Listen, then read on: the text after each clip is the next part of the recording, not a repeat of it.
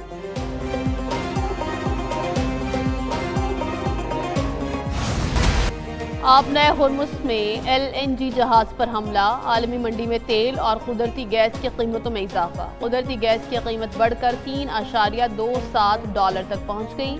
برطانوی برنٹ خام تیل کی قیمت 2% اضافے سے $74، امریکی WTI کی 2% اضافے سے $70 فی بیرل۔ دوسری جانب سعودی عرب کا تیل کی قیمتوں میں بڑی کمی کا اعلان۔ ارامکو آئندہ ماہ ایشیا کے لیے عرب لائٹ خام تیل کی قیمت $11 فی بیرل کم کرے گی۔ عرب لائٹ آئل علاقائی معیار سے $1.5 فی بیرل رعایت پر دستیاب ہوگا۔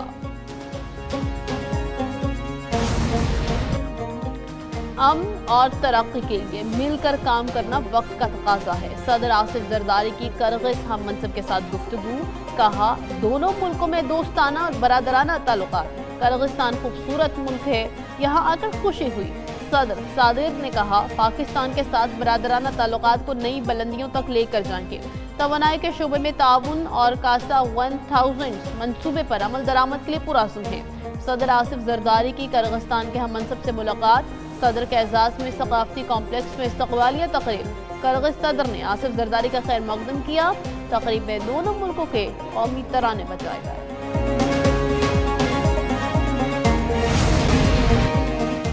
حکومت نے نیشنل پاپولیشن کونسل تشکیل دے دی۔ وزیر اعظم 16 رکنی نیشنل پاپولیشن کونسل کے چیئرمین فیلڈ مارشل رکن ہوں گے۔ چاروں صوبوں کے وزرائے اعلیٰ، وزیر اعظم آزاد کشمیر اور وزیر اعلیٰ GB نیشنل پاپولیشن کونسل کے رکن مقرر۔ خزانہ، پلاننگ، صحت، تعلیم، قانون، اطلاعات اور مذہبی امور کے وزراء کونسل کے رکن ہوں گے۔ پاپولیشن کونسل بڑھتی آبادی پر کنٹرول کے لیے مستحکم پالیسی مرتب کرے گی۔ آبادی کنٹرول بارے قومی اتفاق رائے، عوامی حمایت کے لیے اقدامات کرے گی۔ مذہبی اسکالرز، سول سوسائٹی اور نجی شعبے کو پاپولیشن کنٹرول مہم کا حصہ بنایا جائے گا۔ اراکین خیبر پختونخوا اسمبلی کارڈ، اسلحہ لائسنس، تمام ٹول ٹیکس سے استثناء حاصل ہوگا۔ تاحیات سرکاری پاسپورٹ، جسٹس آف پیس کے اختیارات، خصوصی سیکیورٹی بھی حاصل ہوگی۔ سرکاری ریسٹ ہاؤسز میں مفت قیام، اسپیکر کی اجازت کے بغیر گرفتاری جرم ہوگی۔ اراکین اسمبلی کے اختیارات استحقاق اور مراحل سے متعلق نئی قانون سازی دستاویز کے مطابق اراکین کو اسمبلی اجلاسوں اور کمیٹیوں میں شرکت کے لیے قانونی تحفظ ملے گا۔ رکن اسمبلی کو کسی بھی طرح حراست میں نہیں لیا جا سکے گا۔ رکن اسمبلی کے شریک حیات کو بھی سرکاری پاسپورٹ ملے گا۔ سرکاری اداروں، جیلوں، اسپتالوں، اسکولوں اور ترقیاتی منصوبوں کے معائنے کا اختیار ہوگا۔ اسمبلی یا کمیٹی کسی بھی شخص کو طلب کر سکے گی۔ وزیر اطلاع شفیع جان کے اراکین کو بلو پاسپورٹ دینے کی خبر کی تردید، کہا اسمبلی اراکین کے لیے اضافی مراحل کی منظوری نہیں دی گئی۔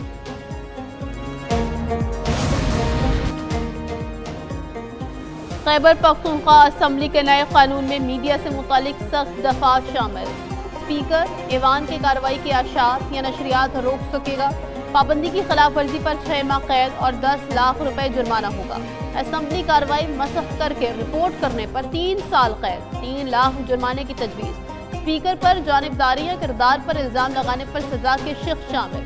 اسپیکر پر الزام لگانے والے صحافی کو 6 ماہ قید، 10 لاکھ جرمانے کی تجویز۔ قائمہ کمیٹی کی رپورٹ قبل از وقت نشر کرنے پر 3 ماہ قید۔ بانی PTI اور بشرا بی بی کے وکلاء کو اپیلوں پر دلائل کی حتمی مہلت۔ اسلام آباد ہائی کورٹ کا 190 ملین پاؤنڈ کیس میں بانی اور بشرا بی بی کی اپیلوں پر سماعت کا تحریری حکم نامہ جاری، لکھا آئندہ سماعت پر دلائل نہ دیے تو نیب کو سن کر دستیاب ریکارڈ پر فیصلہ کر دیا جائے گا۔ وکیل لطیف کھوسہ نے واضح حلف نامہ دیا ہے، آئندہ سماعت پر مزید التوا نہیں مانگیں گے۔ لطیف کھوسہ نے حلفیہ کہا ہے آئندہ سماعت پر اپیلوں پر دلائل دیں گے۔ عدالت واضح کرتی ہے کہ کیس میں اب حتمی مہلت دی جا رہی ہے، آئندہ سماعت پر اگر اپیلوں پر دلائل نہ دیے تو کیس مزید ملتوی نہیں ہوگا۔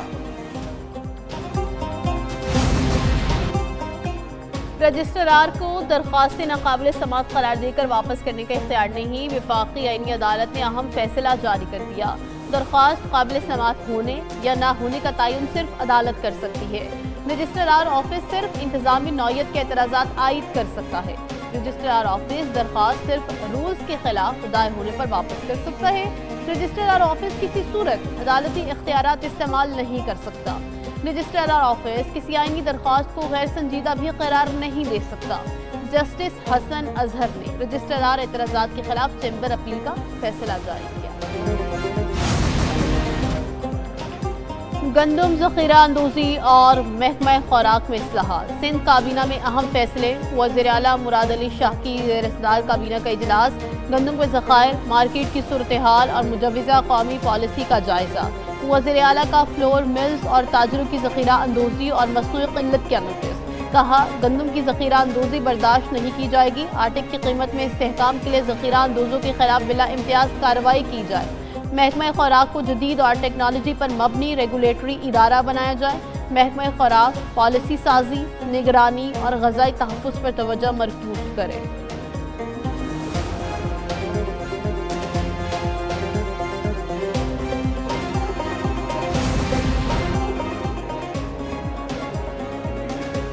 سینئر وزیر سندھ شرجیل انعام میمن کا ایم کیو ایم کو چیلنج، کہا ہمت کریں اور وفاقی وزارتیں چھوڑ دیں۔ ایم کیو ایم کو ایک بار پھر احتجاج کا شوق جاگا ہے۔ وفاقی کابینہ سے علیحدگی کی بات صرف ایک بیان ہے، سنجیدہ ہیں تو سندھ میں پانی، گیس، بجلی کے مسائل پر وفاقی وزارتیں چھوڑ دیں۔ پانی کی قلت سنگین مسئلہ بن چکا۔ شرجیل انعام میمن نے ذخیرہ اندوزوں کو وارننگ بھی دے دی۔ کہا سندھ کابینہ نے گندم کے ذخیرہ اندوزوں کے خلاف کارروائی کا فیصلہ کیا۔ ریٹیل مینجمنٹ سسٹم متعارف کرانے کا بھی فیصلہ۔ نئی شوگر ملز کے قیام کی اجازت نہ دینے کا فیصلہ کیا گیا۔